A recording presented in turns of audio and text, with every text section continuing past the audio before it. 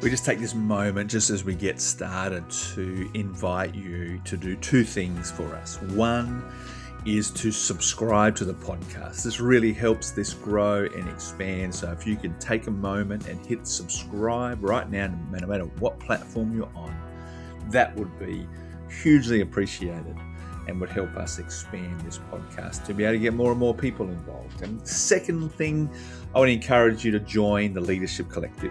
It is a subscription. It's $9.90 Australian a month. So it's not a big investment, but it allows you to access resources and discussions and coaching and mentoring by leaders and the community around the globe. It's growing. It's in the beginning stages, so it is a place where you get to be one of the founding groups of young and emerging leaders, and we invite you into that. So take a moment if you can, subscribe and check out the Leadership Collective.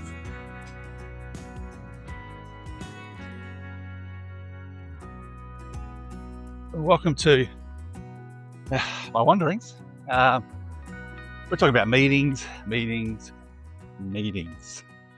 Now, a couple of things that go out in this one is this session is going to be a little bit about what I love and hate about meetings and lessons I've learnt from chairing them, formal ones through to being an MC at large staff meetings of 200 to 300. Yes, you heard that right. To this week I looked up and my schedule already has nearly 10 hours of meetings in it before I even start work. Okay, that's a quarter of my week. I'm in meetings. All right, you're probably the same. You're a new leader. You've just been thrown into all these meetings. Someone maybe before you said you really need these meetings. They're the lifeblood of the organization, whatever it is. Okay, but you look at your schedule and you're there going, wow, when do I do my work? And that's one of the problems. So we're going to talk a bit about that. To complement this, all right, there's a guide for you that's available on our Leadership Collective site, which you can get available for free for those of you who aren't in the Leadership Collective. For those of you who are, we'll have discussions around this. And I invite you to put your comments into the community, ask questions, bring your scenarios in and gain feedback in how to have or transform your team in that space. So a couple of things, remember, things you can control. All right, so as a team leader, what can you control? What are the meetings in your domain? Some of them are not, but you can still influence them and how you play a part in that process. Okay, so a couple of things from me. All right, number one, in everybody's playbook, and including mine, is I hate turning up to a meeting that I don't need to be in, where I feel like the goal is the meeting. I don't know why we meet. I don't know what I'm supposed to bring to that meeting. It's not fully clear. All right, but I just have to attend and be present. Now, I can be positive and I can contribute and I can do all those things because, you're an experienced leader. You don't have to be the Debbie Downer or the negative person or turn your camera off or whatever. You're present, you're there, you're active. That's a given. All right, but if you turn up to a meeting that doesn't need to happen, it's demoralizing, painful for culture. And I've worked in numerous organizations where, there's a book by Patrick Lencioni called Death by a Meeting. And a couple of organizations, that's definitely how we lived. All right. And so the larger your organization, a bit more bureaucratic, the multiple levels, now all those levels meet. Senior leadership, middle management. Now you've got your team that you run. Then you've got peer leaders. Then you've got workshop and development training for those peer leaders, senior executives. Then you've got strategy sessions for middle managers, and it just adds up and adds up. So first thing I'll always say and ask is, do I have to be in that meeting? What is my purpose in being there? And once I work that out, I can contribute. Maybe I could bring that piece of information just through data or a presentation or a video. I don't need to sit through an hour-long presentation of every other person's stuff when they just need to hear from me on my 2 to 3 minutes. So a couple of those things. So do I need to be in a meeting? What is it about? Don't run meetings for the sake of meetings, okay? In the guide, I talk about the 3 meetings framework. All right, this is really critical because we design meetings for all sorts of things. We create. We need to meet together about that. We've got a decision to make. We need to meet with who needs to be in the meeting. It just ends up being a meeting fest, not a decision-making process. Meetings are not a decision-making process. Okay? All right? If you need debate, if you need clarification, if you need discussion around a subject or a decision, then meet. But if you're just going to read information, if you're just going to read the data that everyone can see anyway, then that meeting is pointless. All right. So let's run with that. Let's keep going. We've got that 3 meeting framework. I talk about 3 meetings. A daily huddle. All right. I've got stand-ups, handovers, huddles, whatever they are. They are literally what is important right now, what's on today, what are the roadblocks, let's go. Okay. It is not a story time, not a history lesson. All right. But I will say this in a daily huddle and in every meeting. If you're chairing it, start the meeting off with something to connect people and bring them into that time. I'm an educator. All right. So we talk about this, icebreakers and all sorts of stuff. But essentially, you are breaking the ice, which is what's called the icebreaker, but you're breaking the barrier between where I was and where I am now. And you need to bring people through that barrier. They were just in another meeting somewhere talking about something else. They were just on the floor working, whatever they were doing. They've turned up, they've walked in, they're standing there. They're not there yet. Your job is to learn the art of 30 to 60 seconds getting people in the room. All right? That's what you have to do. Okay? There's a bunch of ideas in the guide for you to get you started. But once you get started, you'll get there. You'll find the ones that work. And those just end up in hilarious conversations. All right? So, huddle, do it where possible, make it quick. All right? Best time is before a shift, before the day gets going, or in the early part of it, depending on your industry and your workload. Number 2, look about weekly or fortnightly. Okay, these are how we're going. These are check-ins on against the agreed goals. These aren't how are yous. Okay, use not quite a word. Sorry.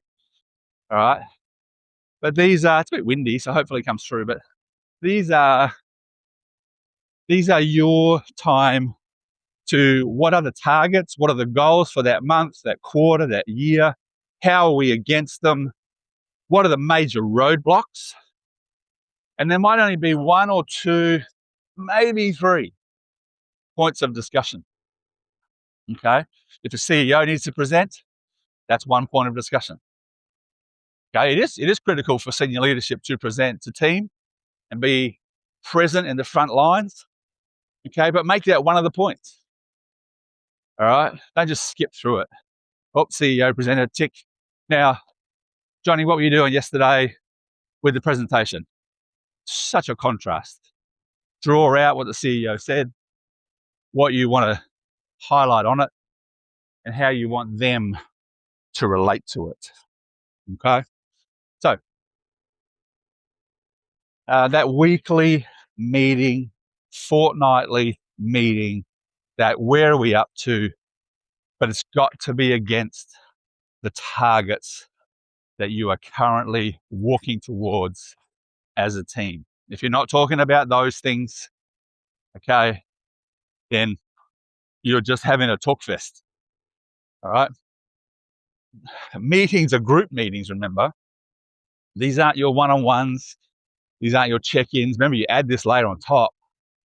So this is why we've got to reduce the amount of meetings, especially team and department heads and groups. And okay, so weekly, if you can go to fortnightly, great.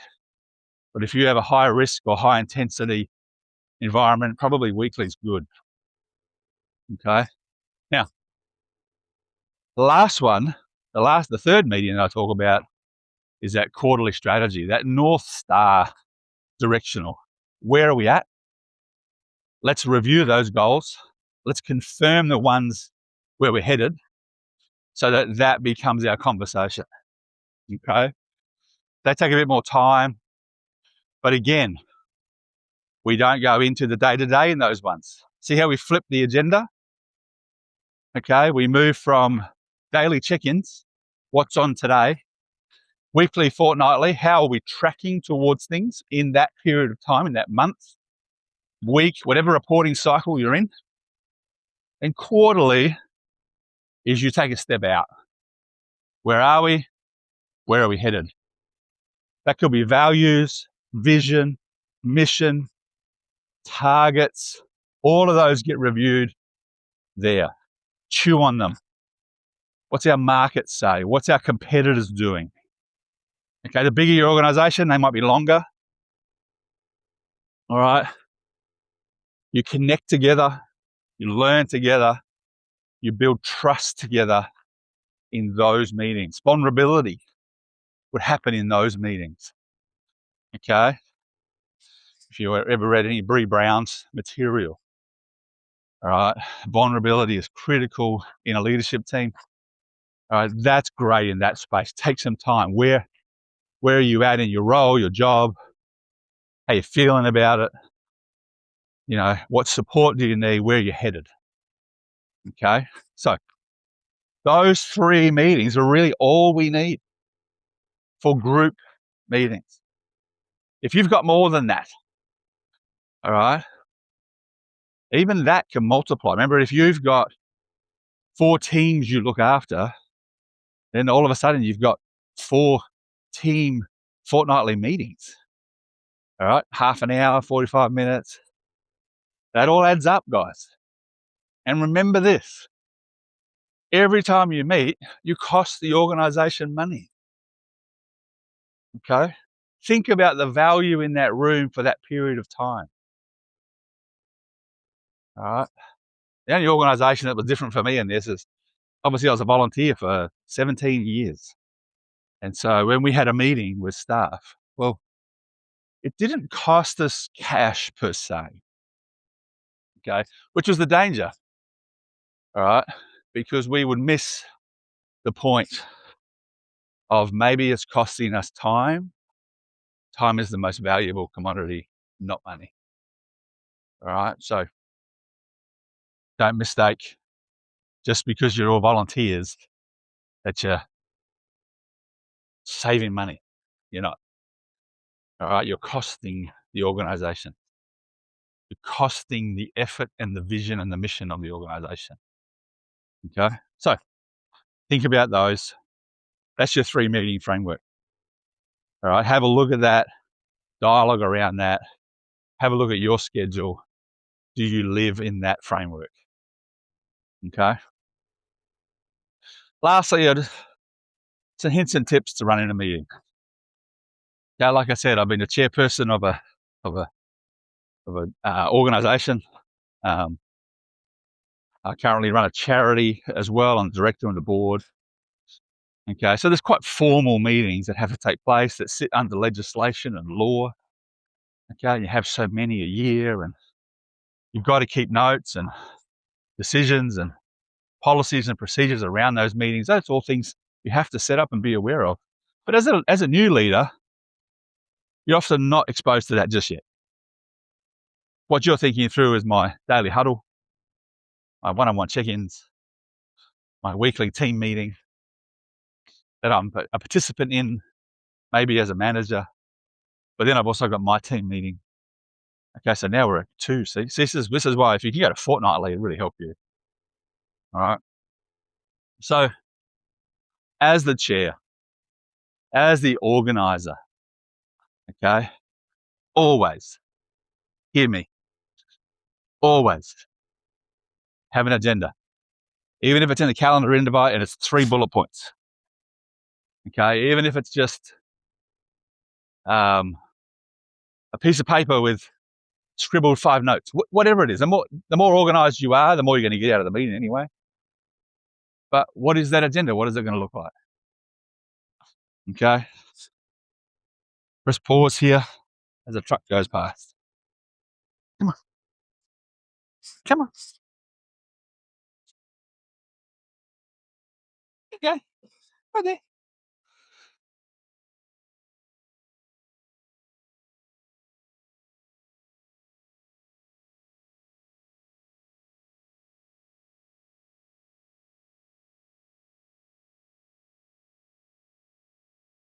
So as I was saying, we have as a chair, as an organizer of the meeting, who's doing what. Be aware of the roles. Who's going to write notes? AI is brilliant at writing notes.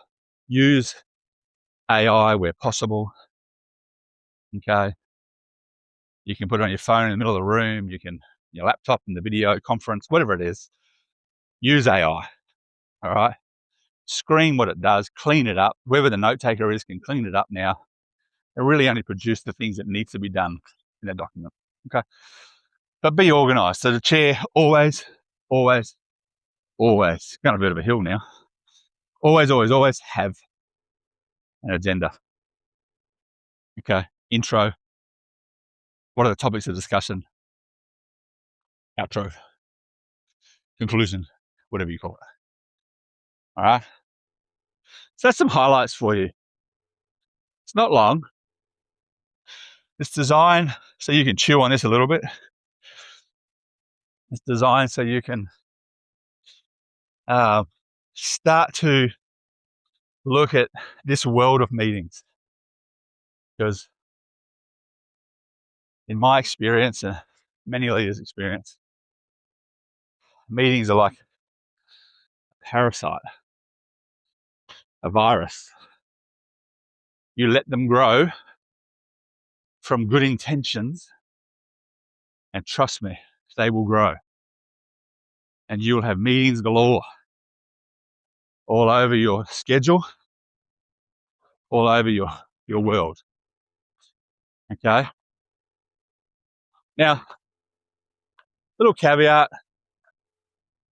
if your job is meeting clients for sales, these aren't the meetings we're talking about.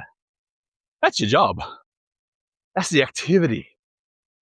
Okay? That's the business. That's the working in the company.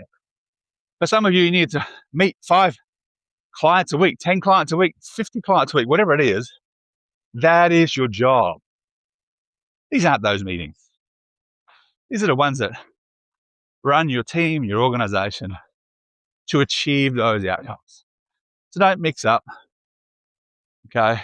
If your calendar's full of meetings, but those meetings are your job, then great work. But if those meetings are just managing people, unless maybe you're HR, then I would suggest you've got too many meetings in your world. Think what can be communicated by email, by video, as in the information and the mission, so that when you do meet, that's valuable time. And the primary function I will leave you with will be to connect with your team. Okay. If your team can go into a meeting and come out and go, we were heard, what's that one thing, two things? Doesn't matter. It's that sense of being heard, something progressed, change was made, and I'm a part of something, okay, that's progressing and moving, and I'm not just a worker in a cog. So, connection. I leave that with you as you go into your week, as you go into this time. Build connection with your team. That's what meetings are for. That connection is through discussion and through debate, all right, through vulnerability, okay, not through reading charts, reading documents, stuff which I've probably got all the information already. So, have a great week, Leadership Collective. Those of you who are not, encourage you to join us, join the discussion. Okay, subscription. It's a monthly subscription, so you can sign in and sign out when it help you bring your teams into it as leaders. Okay, place where young leaders, new leaders, what I call emerging leaders, can connect, grow, and become thriving leaders in our workplaces, in our organizations. Enjoy.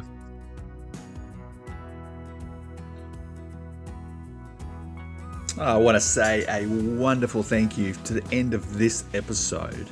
And I hope that you have learnt a lot in this time and journey with me on my walk with my beautiful dog, Ollie, here in the Australian bush. I want to shout out again to each of you in the Leadership Collective.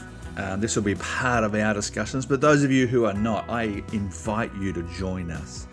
And this is a place where new and emerging leaders can come and share and be a part and ask questions and gain the mentoring and the coaching that you need to succeed in this very busy, this very fast-paced world in which we live in. So I want to see you thrive. I invite you to join the Leadership Collective, and thank you again, and see you shortly in the next episode of the Leadership Collective podcast. That's it from me.